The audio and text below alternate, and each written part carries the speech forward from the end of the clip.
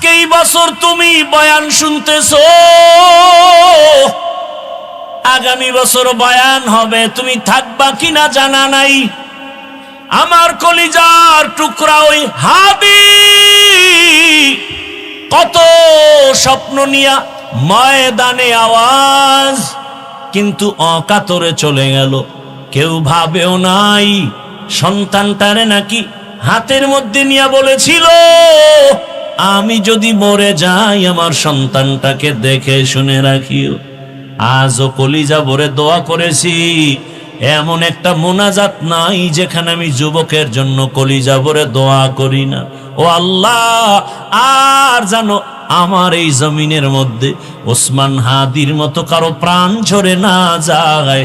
কুদরতের ছায়া দিয়া আমার কলিজার প্রত্যেকটা যুবকের জীবনকে হেফাজত করিও। এরে আমার কলিজার বাবারা, আমার আল্লাহকে বেজার করা যাবে না কেন, সেই প্রশ্নের জবাবে আমি এতক্ষণ হাদিসের আলোচনায় আছি। আমার আল্লাহ কেমন দয়ার মালিক, সারা জীবন বয়ান করলে শেষ করা যাবে না। ওরে তুমি ঘুমাইতেছো রাতের বেলা, আল্লাহ যদি সজাগ করে না দেয় কেমনে সজাগ হইবা? আমার আল্লাহ সজাগ করে দিতেছে। আবার কত মা কান্দে, রাতের ঘুমের মধ্যে সন্তান চিরবিদায় হয়ে গেছে। ও আমার যুবক, এত কষ্ট করে এত দৌড়ান দৌড়াই, না খানা না ঘুম না শান্তি, পায়ে ধরে ধরে বলি বাবা তুমি স্কুলে পড়ো, কলেজে পড়ো, চাকরি করো, ব্যবসা করো, আমি কলিজা ভরে দোয়া করি। আমি একথা একবারও বলি নাই স্কুল বন্ধ করে মাদ্রাসায় যাও, তাবলিগে যাও, পীরের কাছে যাও, না হয় জাহান্নামে যাবে। বাংলাদেশে আমি যুবকদের খুব ওজন দিয়া বলি, যুবক তুমি স্কুল ছাড়বা না, কলেজ ছাড়বা না। আমার দেশে মাওলানা মুফতি মুহাদ্দিসের অভাব নাই আলহামদুলিল্লাহ, তবে কলিজায় দুঃখ, আমার দেশে আদর্শবান ডাক্তারের অভাব, আদর্শ ইঞ্জিনিয়ারের অভাব, আদর্শবান ওসি ডিসি এসপির অভাব। আর যদি আমার দেশের সব থানা জেলার ওসি ডিসি এসপি 5 ওয়াক্ত নামাজি হয়ে যেত, কোন সুদখোরের অনুমতি নিয়ে ওয়াজের ময়দান সাজাতে হতো না। ঠিক কিনা বলো? এরে আমার যুবক, তুমি ডাক্তার হও, দোয়া করে গেলাম, কলিজা ভরে দোয়া করি। ইঞ্জিনিয়ার হও, প্রফেসর হও, আরে তোমার মতো যুবক বিজ্ঞানী, তোমার মতো যুবকেই তো ইঞ্জিনিয়ার, তোমার মতো যুবক তো ডাক্তার জাকির নায়েক। কে না চিনে তাকে? অথচ হোমিওপ্যাথিক ডাক্তার, এত সুনাম। এরে যুবক, আমি হাসির জন্য বলি না রে বাবা, মনে চাই নিচে নেমে আসি, তোর পাও দুইটা জড়ায় ধরি, আর বলতাম যুবক পায়ে ধরে বলি, আর দাড়ি কেটে আমার রসুলের কাদাস না রে যুবক, আর আমার মাওলাকে সারা ভিন্ন জায়গায় মাথা নত করিস না। ফিরে আয়, আল্লাহর পথে ফিরে আয়। ও যুবক, আমি নিচে নেমে পাও ধরার জন্য রেডি হয়ে বসে আছি। একটা যুবক, তুমি দিনের পথে চলে আসো। তুমি ডাক্তার হও, ইঞ্জিনিয়ার হও, তুমি প্রফেসর হও, তুমি একজন এমপি হও, তুমি একজন চেয়ারম্যান হও, তবে আমার আল্লাহকে নিয়ে জিন্দা থাকো। তোমার সম্মান এত বেশি, আজকে তুমি টাকার পেছনে দৌড়াও কেন? জ্ঞানটাকে কাজে খাটাও, চরিত্র ঠিক রেখে বড় হও, লেখাপড়া করে একটা জায়গায় যাও, টাকাওয়ালারা তোমার পেছনে ঘুরবে। আল্লাহর ভয় অন্তরে জমা করো, ওই মালিকের আপন বানাইয়া চলো। অনেকে মনে মনে ভাবতে পারো এটা কেমনে সম্ভব। হ্যাঁ, তুমি এবার নিজে তাকায় দেখো, জীবনে মাদ্রাসায় যায় নাই, আলিফ বা তাও শিখে নাই, তোমার লাইনের জেনারেল যুবকটা স্কুলে পড়ে, কলেজে পড়ে, 5 বেলার নামাজ পড়ে নাই? বলো তোমার কপালটা কেন এত খারাপ? তুমি পারো না কেন? কত ওসি, কত ডিসি, কত এসপি 5 বেলার নামাজ পড়ে। তোমার লাইনের যুবক র্যাব, আর্মি, পুলিশ, বিডিআর এর চাকরি করে, নামাজ ছাড়ে না, নদীর মধ্যে মাছ ধরে, নামাজ বাদ দেয় না। বলো তুমি কেন পারো না? রাস্তায় গাড়ি চালায় কত যুবক, নামাজ ছাড়ে না। বলো তুমি কেন নামাজ পড়ো না? আমার মন বলে তোমার কপালটা পুড়িয়ে গেছে, তাড়াতাড়ি তওবা করে নাও। কয়দিন আর বাঁচবা? মরণ যদি হয়ে যায় খালি হাতে কবরে যেতে হবে। ও যুবক রে, ঘুমের মধ্যে লাশ, যুবকের লাশ। ওই যে কয়েক মাস আগে আমি বাইতুল্লাহর সামনে জিয়ারতে ছিলাম, হঠাৎ খবর শুনতেছি এক আল্লাহর বান্দা বিদেশে টাকা পয়সা কামাই করে আসছে, বাংলাদেশে পরিবার নিয়ে কিছুদিন আনন্দ করে আবার চলে যাবেন। এয়ারপোর্টে নামলো, পরিবারের লোকেরা গাড়ি নিয়ে আসছে, গাড়ির মধ্যে উঠছে, কত দিনের আনন্দ। যাইতে যাইতে যাইতে যাইতে বাড়ির কিনারায় যাওয়া মাত্র একটু দূরের থেকে গাড়িটা পানির মধ্যে পড়ে গেছে। ওই আল্লাহর বান্দা যুবক নিজের কাঁধে স্ত্রীকে টেনে টেনে নামাইছে। সন্তানটা, বাচ্চা সন্তান, একটা শিশু বাচ্চা বাবাকে যখন একটু ডাক দেয়, কলিজাটা শান্ত হয়ে যায়, প্রাণটা ভরে যায়। ওই সন্তানটা পর্যন্ত মরে গেল। সাংবাদিক জিজ্ঞাসা করতে গিয়া এই পরিমাণ কান্না করেছে। আর বলে মানুষ গরিব থাকলেও তো ছেলে মেয়ে নিয়ে এক জায়গায় থাকার একটা আনন্দ আছে, আমি কপাল পোড়া সে আনন্দ পেলাম না। টাকার জন্য বিদেশ গেলাম, সেখান থেকে আজ আমি টাকা, স্বর্ণের অলংকার নিয়ে আসছি আমার বিবির জন্য, আমার সন্তানের জন্য। আজ আমার কপাল কেন এত খারাপ? বাড়ির দরজায় আসা মাত্রই কাছাকাছি গাড়িটা পড়ে আমার চোখের সামনে আমার কলিজার বাবাটা মরিয়া গেল, আমার হাতের সামনে স্ত্রী মরিয়া গেল।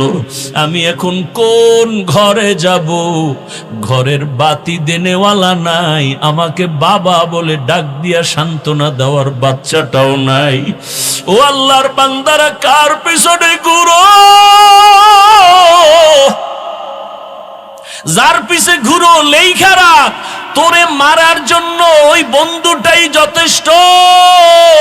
শত্রু তোরে মারবে না, তোরে মারবে তোর এক প্লেটে খানেওয়ালা বন্ধু।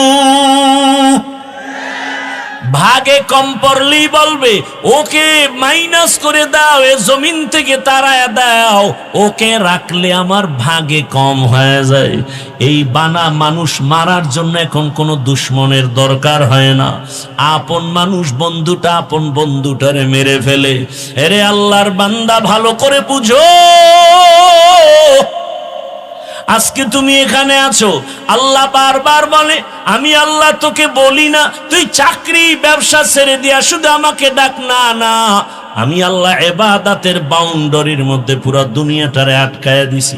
ব্যবসা করো ইবাদত, চাকরি করো ইবাদত, ডাক্তারি করো ইবাদত, ইঞ্জিনিয়ার হও ইবাদতের লাইনে চলো, আল্লাহর মোহাব্বত নিয়ে চলো।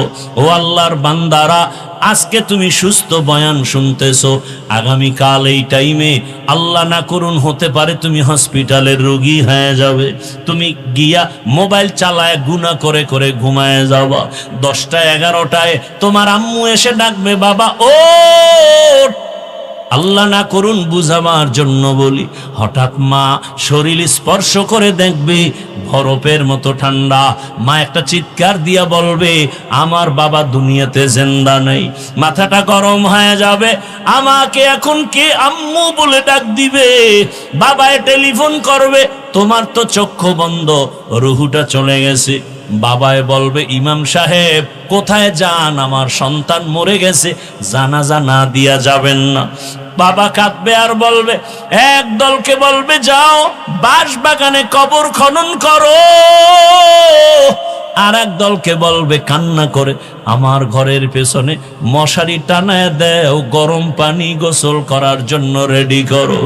তোমার আমার হাতের মোবাইলটা আর একজনে নিয়ে বলবে এ মোবাইল তো আমার, এখন আমার হাতের ঘড়িটা নিয়ে আর একজনে হাতে দিয়া বলবে ঘড়ির মালিক আমি। আমার গায়ের গেঞ্জিটা বেলেট দিয়ে কেটে কেটে মা বাবায় রেখে ফেলবে। এরপরে গোসল করায়া সাদা কাফন পরাইয়া জানাজার ময়দানে যখন নিবে, জানালা দিয়া মা ডাকবে আমার বাবাকে কই নাও, আমারে আর আম্মু বলে ডাকবে না, কই তোমরা নাও। বলে জানাজার ময়দানে বলে শেষবারের মতো চেহারাটা দেখাও, আমার বাবার একটু দেখিয়ে নেই, একটা নজর দেখবো। জানাজা পড়ায় কবরে নিয়ে যাবে, ওই কবরে পাড়ায়া মাটি দিয়া সব যখন বিদায় হয়ে যাবে, কেউ নাই। আজ আমার ডানে বামে সামনে পেছনে কত বন্ধু কত ভক্তের অভাব নাই। আমি মরে গেলে কবরে রেখে সব যখন বিদায় হবে, আরে অন্ধকার রুমে আমি ঘুমাইতে পারি না, কোন অনেক ভয় লাগে। অথচ মাটির ঘরে আমি একা কেমনে থাকবো রে বাবা। ওই কবরের সম্বল যদি ইবাদত না নিয়ে কবরে যাও, আরে আমার আল্লাহর পক্ষ থেকে ফেরেশতা তিনটা প্রশ্ন করবে, রবের পরিচয় দাও, ধর্মের পরিচয় দাও, রহমাতুল লিল আলামিনের পরিচয় দাও। এই তিনটা প্রশ্নের জবাব যারা দিতে পারবে তাদের কবর হবে রওজাতুম মির রিয়াজিল জান্নাহ। আর যারা প্রশ্নের জবাব দিতে পারবে না, আল্লাহর পক্ষ থেকে অর্ডার হয়ে যাবে, ও ফেরেশতা এই নাফরমানকে আমি দুনিয়াতে কম নেয়ামত দেই নাই, আমি আল্লাহ কোনোদিন বাধাও দেই নাই, আমি আল্লাহ অনেক ছাড় দিয়েছি, নামাজ পড়ে নাই, রোজা রাখে নাই, আমি আল্লাহ একবারও রাগ করি নাই, খানা বন্ধ করি নাই, বাতাস বন্ধ করি নাই, বরং আমি আল্লাহ পাক মোহাব্বতের নজরে বারবার ডেকেছিলাম। সে নামাজও পড়ে নাই, আলেমদের বয়ানও শুনে নাই, তওবাও করে নাই।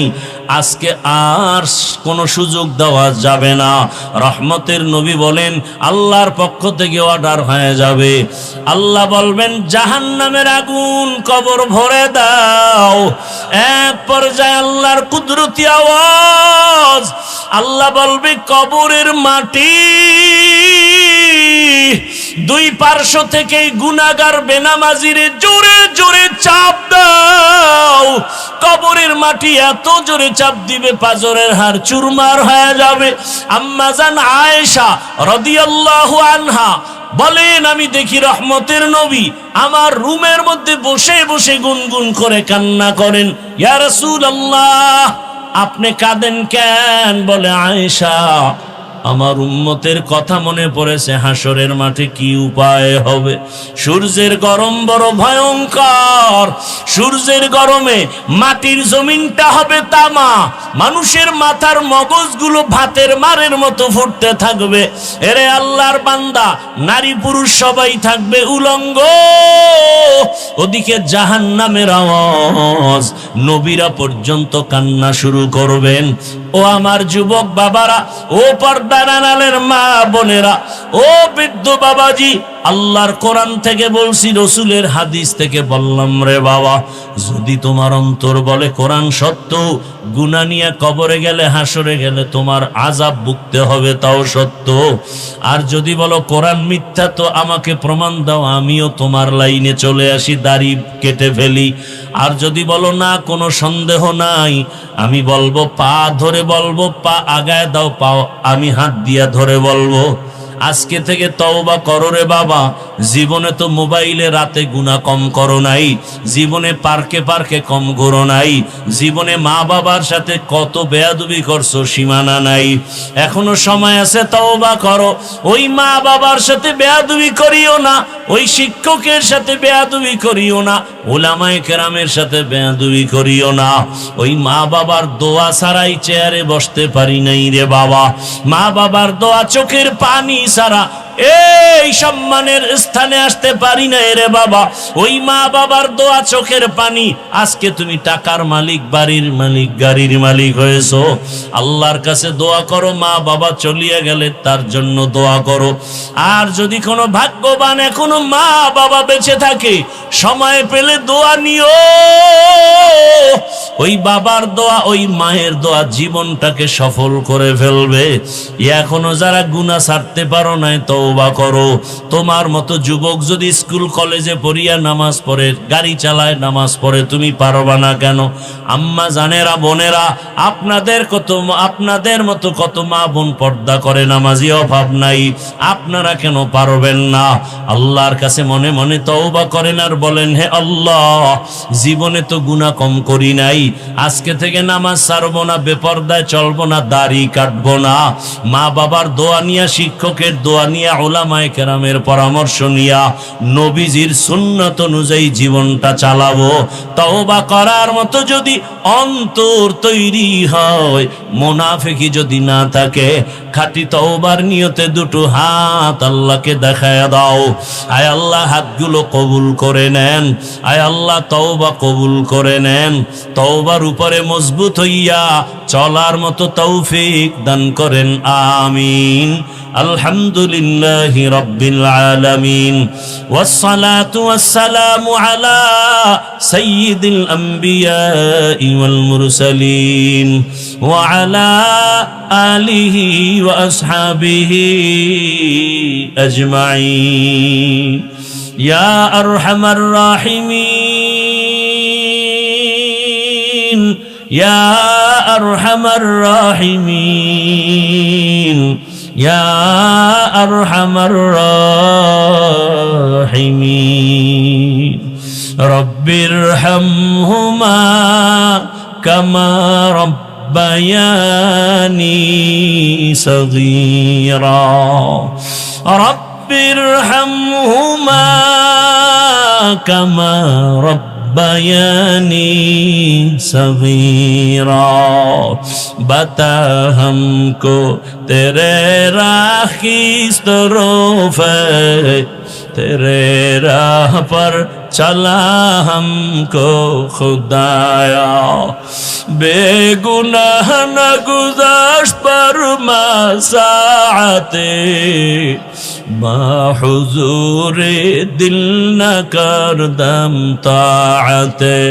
या इलाही मुझसे मुझको दूर कर, ताकि देखो मुझ में तुझको एक नज़र। अल्लाहुम्मा इन्नका अफ़ुव्वुन करीम, तुहिब्बुल अफ़्वा फ़अफ़ु अन्ना।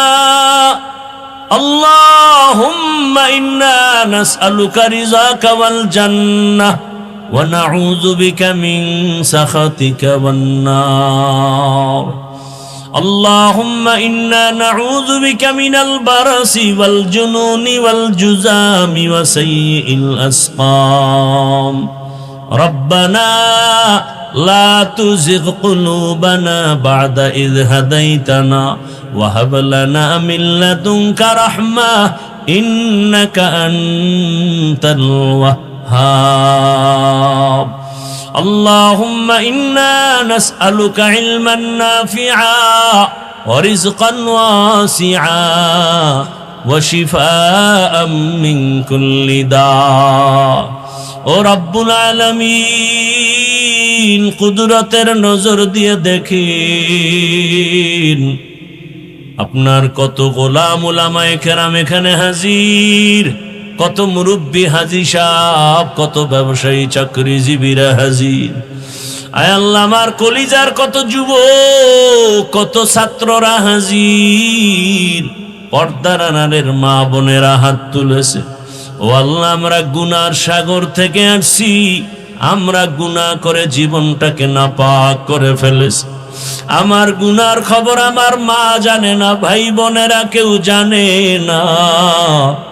ও আল্লাহ, আপনি জানার পরেও রাগ করে খানাও বন্ধ করেন নাই, পানিও বন্ধ করেন নাই। আজ তওবার নিয়তে হাত তুলেছি, আর গুনাহ করব না, আর দাড়ি কাটবো না, নামাজ ছাড়বো না, মা বাবার সাথে বেয়াদবি করবো না। শিক্ষকের দোয়া নিয়ে, মুরব্বী উলামায়ে কেরামের পরামর্শ নিয়ে নবীর আদর্শে চলবো। আমাদের তওবা কবুল করে নেন, জীবনের সব গুনাহগুলো মাফ করে দেন, মা বোনদের কবুল করে নেন, সন্তানগুলো নেককার বানায় দেন, সারা দুনিয়াবাসীকে মাফ করে দেন। প্রবাসের জীবনে যারা কষ্টের জিন্দেগি নিয়ে কষ্ট করে রুজির জন্য কবুল করে নেন, রিজিকে বরকত বাড়ায় দেন, পেরেশানি দূর করে দেন। আমার দেশ ইসলামের জন্য কবুল করে নেন, শান্তির দেশ বানায় দেন, জালেমদের জুলুম থেকে হেফাজত করেন, চলার পথে হেফাজত করেন। আয় আল্লাহ, যারা ব্যবসা করে চাকরি করে কুদরতের দ্বারা বরকত বাড়ায় দেন। আয় আল্লাহ, মাদ্রাসা কবুল করে নেন, আয় আল্লাহ মাহফিল কবুল করে নেন, আয় আল্লাহ এলাকায় শান্তি দান করেন, মা বোনদের আবেদা পর্দাওয়ালা বানায় দেন, সন্তানগুলো নেককার বানায় দেন। আয় আল্লাহ, আমার কলিজার প্রত্যেক যুবকের দিনের খাদেম বানায় দেন। আয় আল্লাহ, উসমান হাদিকে শাহাদাতের মর্যাদা দান করেন। আমার দেশের প্রত্যেকটা যুবক কুদরতের হাতে হেফাজতের ব্যবস্থা করে দেন। আয় আল্লাহ, মুরব্বী ব্যবসায়ী চাকরিজীবী মা বোনদের নিরাপত্তার ব্যবস্থা করে দেন। আয় আল্লাহ, আমাদের জানমাল আহাল পরিবার হেফাজত করেন। আয় আল্লাহ, মাদ্রাসা মসজিদগুলো কবুল করে নেন, ওলামায়ে কেরাম মাশায়েখদের এক বানায় দেন, হিংসা দূর করে মোহাব্বত বাড়ায় দেন। আয় আল্লাহ, পরস্পরে ইখলাস ও তাকওয়া দান করেন। রব্বুল আলামিন, অভাবীদের অভাব দূর করে দেন, ঋণের বোঝা মাথায় আয় আল্লাহ কুদরতের দ্বারা আসানের সাথে ঋণ আদায়ের ব্যবস্থা করে দেন। ও দয়ার মালিক, আগামী জুমাবার ঢাকাতে আমার মাদ্রাসার মাহফিল কামিয়াবির সাথে কবুল করে নেন। আয় আল্লাহ, মেহমানরা আসবেন সারা দেশ থেকে, কুদরতের দ্বারা ইজ্জতের হেফাজত করেন। অনেক খরচ অর্থের, আয় আল্লাহ অর্থের যোগান কোথায়, কুদরতের দ্বারা রাস্তা খুলে দেন রে আল্লাহ। আপনার খাজানায় অভাব নাই, আমরা সব দুর্বল, সকলের দিলের নেক আশা পূরণ করে দেন আল্লাহ। আমরা যারা হাত তুলেছি জানি না এখানে কারা ইয়াতীম, আর বাবার চেহারাও দেখবে না, বাবা বলে ডাক দিতে পারবে না। কে মা হারা, কে ভাই হারা, কে বোন হারা আশা হয়, সবার কবর জান্নাতের বাগান বানায় দেন আল্লাহ। যারা বেঁচে আছেন হায়াত বাড়ায় দেন, অসুস্থ যারা কুদরতের দ্বারা সুস্থ করে দেন আল্লাহ। ইব্রাহিম আলাইহিস সালাম মেহমান ছাড়া খানা খায় না, আর আপনারা মেহমান দেখলে ইস্তেগফার পড়েন, অন্য দিক দা ভেগে চলে যান। আম্মাজানদেরও কিছু কিছু এরকম অভ্যাস, মেহমান পছন্দ করে না। অথচ রহমতের নবী বলেন, মেহমান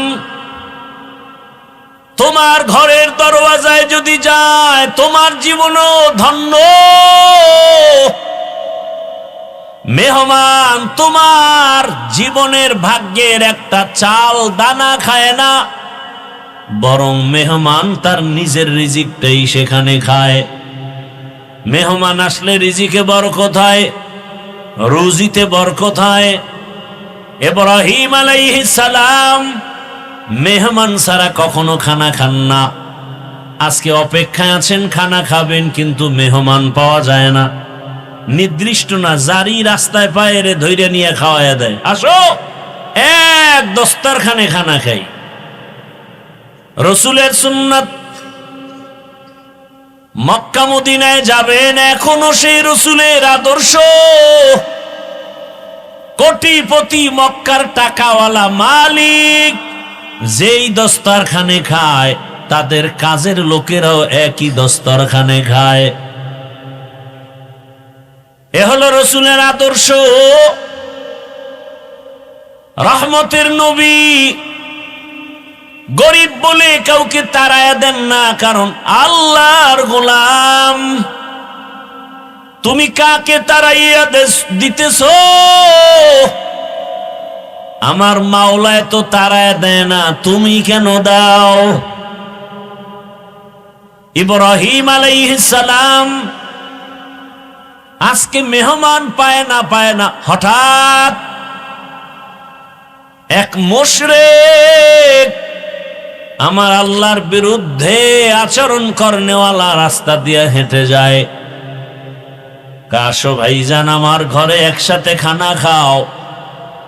খানা খাওয়ার প্লেটের কাছে নিয়ে যখন শুনলো, জানতে পারলো এটা আমার জাতি ভাই মুসলমান না, খানার প্লেট থেকে তখন উঠাইয়া দিছে, যাও আমি বিধর্মীকে নিয়ে এক দস্তারখানে খাবো না।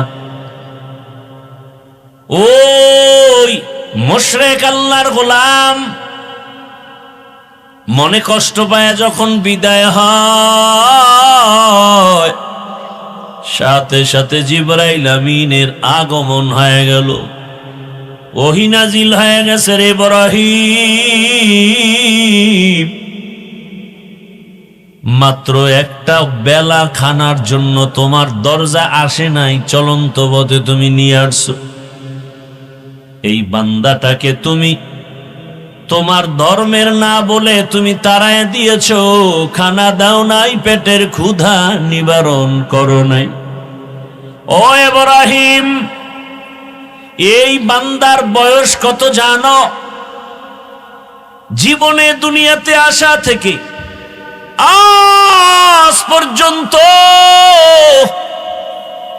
তোমার রবের খানা দিয়েছেন। আরে বিরোধিতা তো তোমার করে না, বিরোধিতা তো করে আমার। সেজদাটা তো আমাকে দেয় না, কপালের সেজদা তো আমার জন্য খাস। ওই সেজদা দেয় আগুনের সামনে গিয়া, তাহলে আমার কষ্ট লাগবে তো বেশি। অথচ তুমি মাত্র এক বেলার খানা দাও নাই, আর এই দীর্ঘ বছর আমার এই গোলামটাকে আমি এক বেলা খানা বন্ধ করি নাই, কারণ আমি রব, আমার মায়া বেশি। তুমি ওরে বানাও নাই, আদর করে বানাইছি আমি। আমার বানানো বান্দার উপরে আমার এত দয়া, আমার এত মায়া, আমি চাই না আমার বানানো বান্দাগুলো জাহান্নামের আগুনে যাবে। এক সেকেন্ডের জাহান্নামের গরম সহ্য করতে পারবে না। আমি আল্লাহ চাই না আমার কোন গোলাম জাহান্নামে যাবে। এ কারণে যারা বেলাইনে দৌড়ায়, আমি নবী পাঠাইয়া যুগে যুগে সতর্ক করিয়েছি, জাহান্নামের পথে যাইও না রে যুবক। এক সেকেন্ডে জাহান্নামের আযাব গরম সহ্য করতে পারবা না রে বাবা। সব নবী রাসূল এই দাওয়াতই দিলেন জাহান্নাম থেকে বাঁচো। আমার রাসূল এই দাওয়াত দিলেন যে জাহান্নাম থেকে বাঁচো। এবার তাদের খলিফা, তাদের প্রতিনিধি, তাদের ওয়ারাসা, দুনিয়াতে বর্তমানে উলামায়ে কেরামের একই আওয়াজ, যদিও আওয়াজের টন ভিন্ন ভিন্ন, আমার কণ্ঠের আওয়াজ একরকম,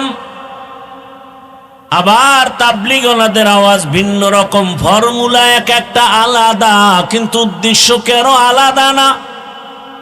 আমার পেটের ভেতরে ব্যথা, ডাক্তার দেখাবো, গেলাম সিরাজগঞ্জ বাজারে, কথার কথা ওখানে তো হোমিওপ্যাথিক ডাক্তারও বসে আছে।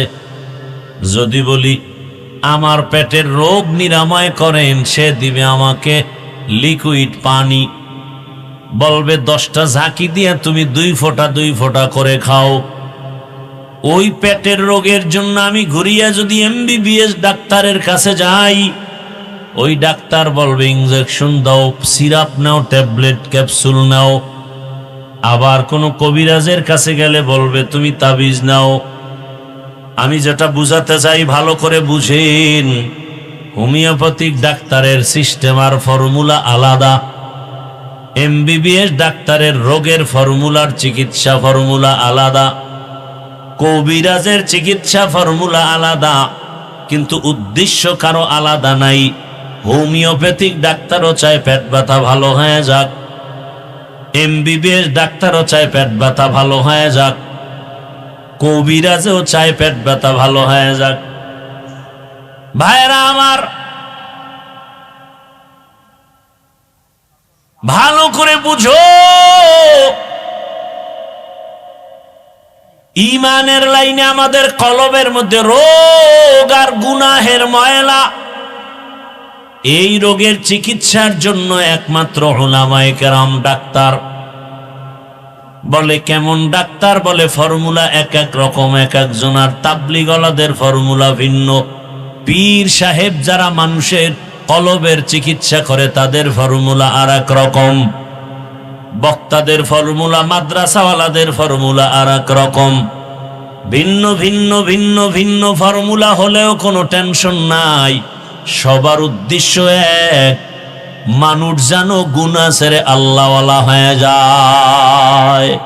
তুকু যাও সুন্নতে আহমদ কুজা বা মুহাম্মদ কে বুয়াদ নিসবত তোরা মান আহাব্বা সুন্নতি কৌলে রসূল মজদায়ে কা নামাই হাম কুন কবুল।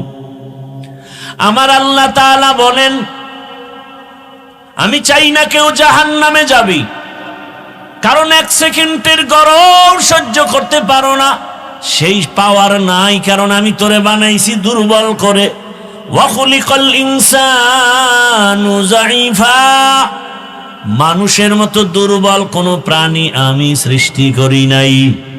মানুষ এতটাই দুর্বল, একটা মশার কাছে দুর্বল, একটা পিপিলিকার কাছেও আমরা দুর্বল, কিন্তু মর্যাদা দুর্বল না, মর্যাদা বাড়ায় দিছেন সবার উপরে। দুনিয়াতে যত প্রাণী আছে সবার থেকে মানুষের মর্যাদা বেশি। ওয়ালাকাদ কাররামনা বানি আদম ওয়া হামালনাহুম ফিল বাররি ওয়াল বাহরি ওয়া রাযাকনাহুম মিনাত তাইয়্যিবাত ওয়া ফাদ্দালনাহুম আলা কাসীরিম মিম্মান খালাকনা তাফদীলা। বনি আদম বড় দামি। কয় কেন? কয় এগো মেধা বেশি। কয় মিথ্যা কথা। বনি আদম বড় দামি কেন? বলে এরা খেতে পারে বেশি। বলে মিথ্যা কথা। বনি আদম বড় দামি বলে কেন? এদের শক্তি বেশি। বলে মিথ্যা কথা। দুনিয়াতে সব শক্তিওয়ালাদের থেকে মানুষের শক্তি দুর্বল। দুনিয়ার সব মেধা সম্পন্ন প্রাণী থেকে মানুষের মেধা দুর্বল। দুনিয়াতে খানেওয়ালা প্রাণীর থেকে মানুষের খানার অবস্থা বড় দুর্বল। কি মহাসমুদ্রে বড় বড় নীল তিমি আছে, এক একটা নীল তিমির প্রতিদিনের খাদ্য তালিকা 1000 কেজি চিংড়ি মাছ। কে খাওয়ায়? কে খাওয়ায়? ভাইরা আমার, জমিনের মধ্যে একটা বড় পাহাড়, কোহে কাফ, ওই পর্বতে একটা প্রাণী বসবাস করত, সিমোর্গ।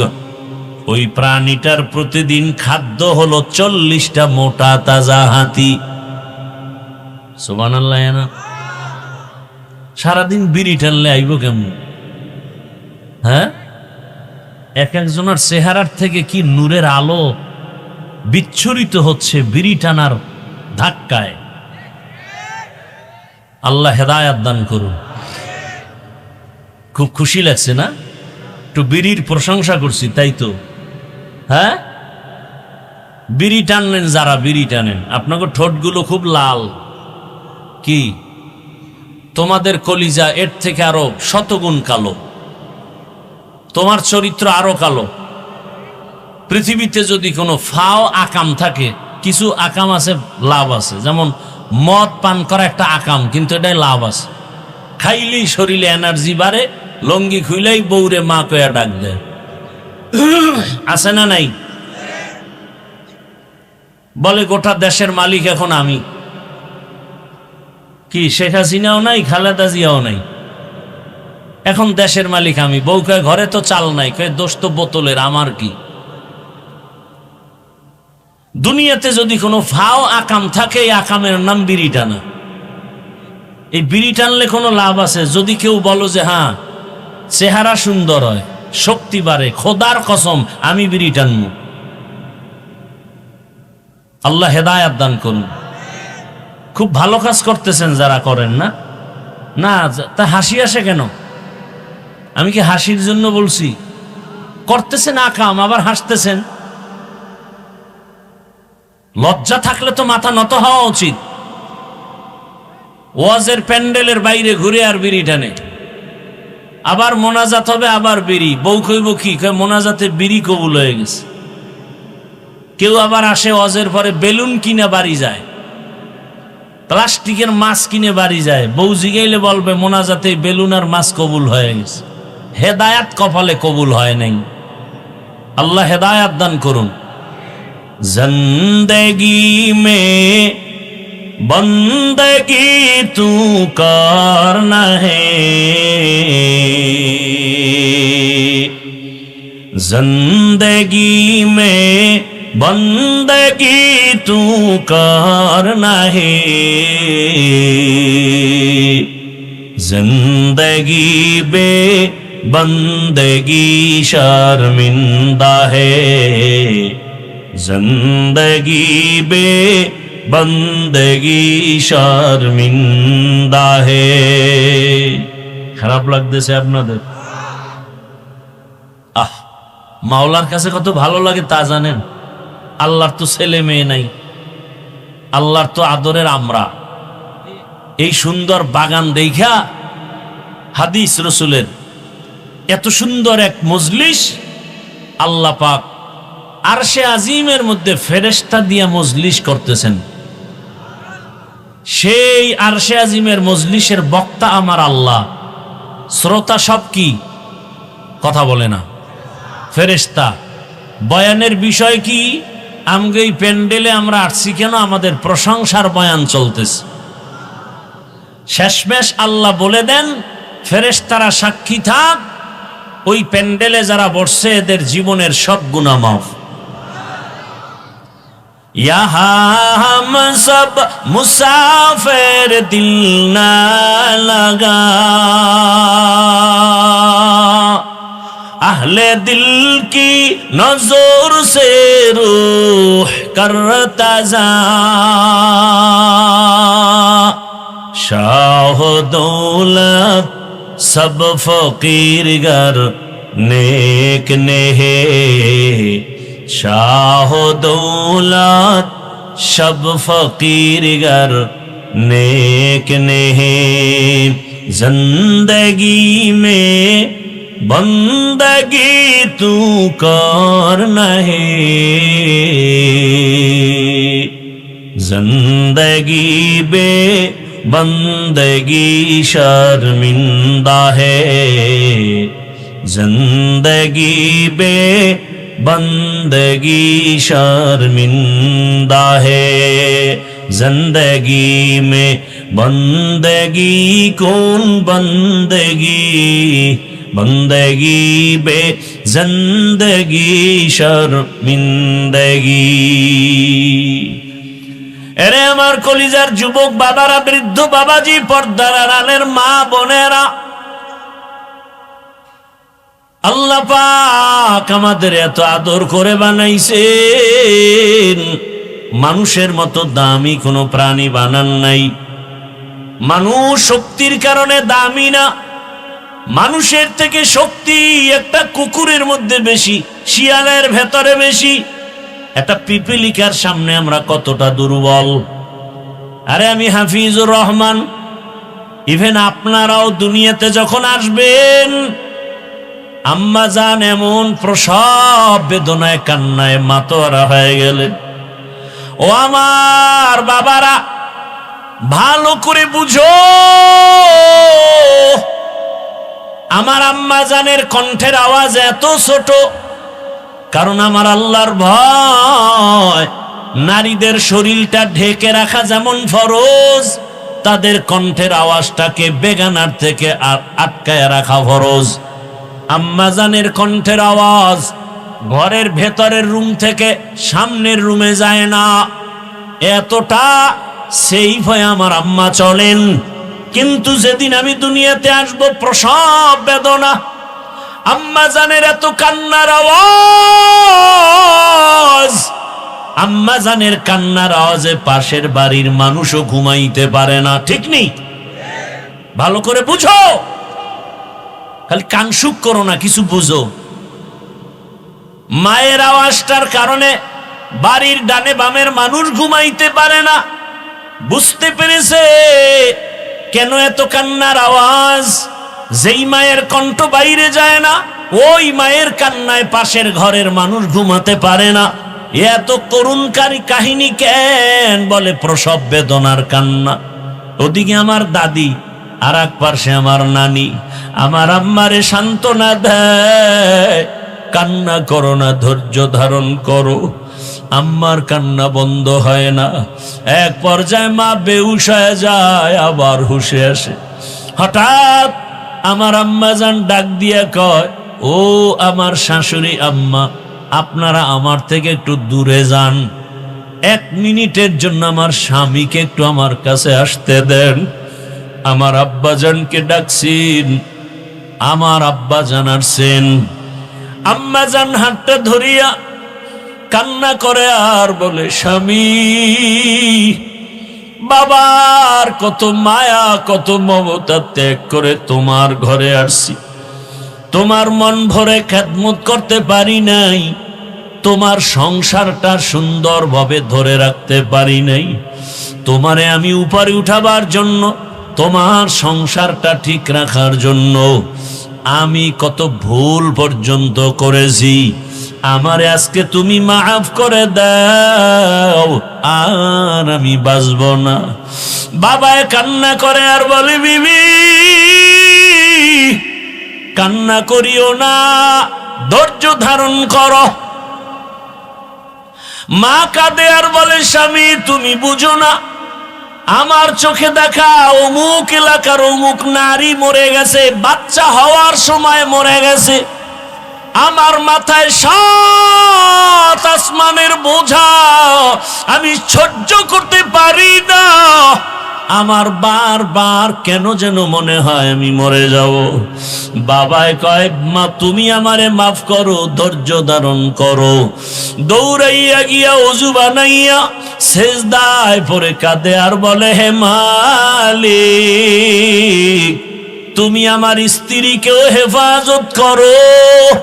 আয় আল্লাহ, প্রসব বেদনা তুমি আসান করে দাও।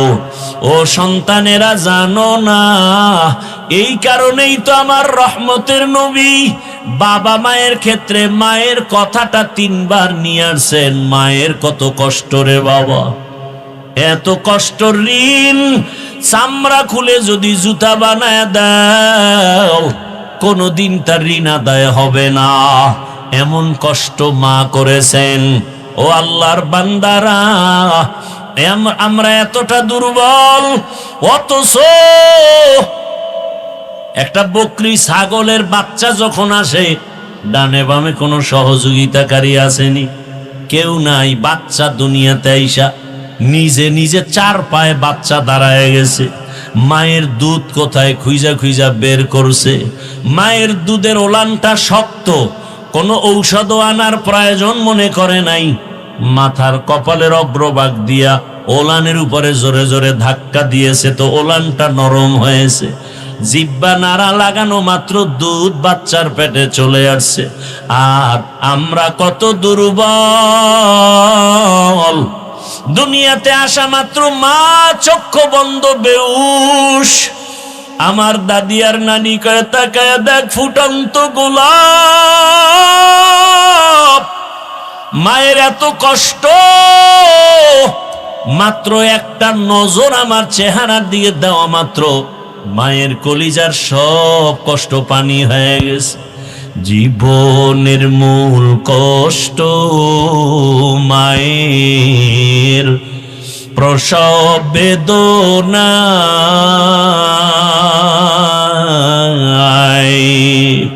সাত আসমান সাত জমিন তখন মায়েরই মাথায়। জীবনের মূল কষ্ট মায়ের প্রসব বেদনা, সাত আসমান সাত জমিন তখন মায়েরই মাথায়। আমার সুন্দর মুখ দেখে মায়ের, আমার সুন্দর মুখ দেখে মায়ের ব্যথা যায় দে হাসাইয়া। ও আমার প্রাণের মা, মা গো মা, কোথায় গেলে মোরে ছাড়িয়া? জনম দুঃখী ইয়াতিম আমি, চাই না কেহ ফিরিয়া। আমি যখন ছিলাম আমার মায়ের উদরে,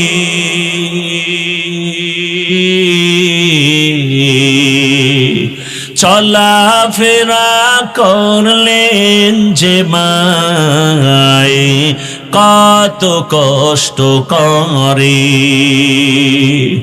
আমি যখন ছিলাম আমার মায়েরই উদরে, চলাফেরা করলেন যে মায় কত কষ্ট করে। এমন মাকে কেমনে আজি, এমন মাকে কেমনে আজি যাব আমি ভুলিয়া। ও আমার প্রাণের মা, মা গো মা, কোথায় গেলে মোরে ছাড়িয়া? জনম দুঃখী ইয়াতিম আমি, চাই না কেহ ফিরিয়া। মাগো আমি ইয়াতিম বলে সবাই দেয় তাড়াইয়া।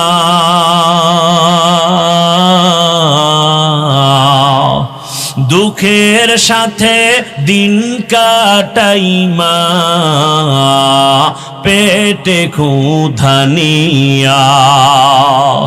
মাগো আমি ইয়াতিম বলে সবাই দেয় তাড়াইয়া। দুঃখের সাথে দিন কাটাই মা, পেটে ক্ষুধা নিয়া। ঘুমের মাঝে মাকে দেখে, ঘুমের মাঝে মাকে দেখে কেন্দে দেই বুক ভাসাইয়া। ও আমার প্রাণের মা, মা গো মা, কোথায় গেলে মোরে ছাড়িয়া? জনম দুঃখী ইয়াতিম আমি, চায় না কেহ ফিরিয়া।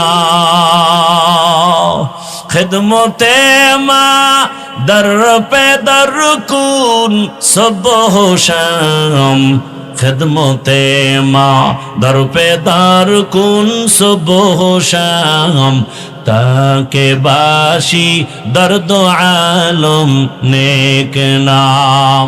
কি এদের হেদায়েত হয়ে গেছে? কপাল ফোরারা হেদায়েত হয়ে গেছে না বিড়ি টানতে যাও?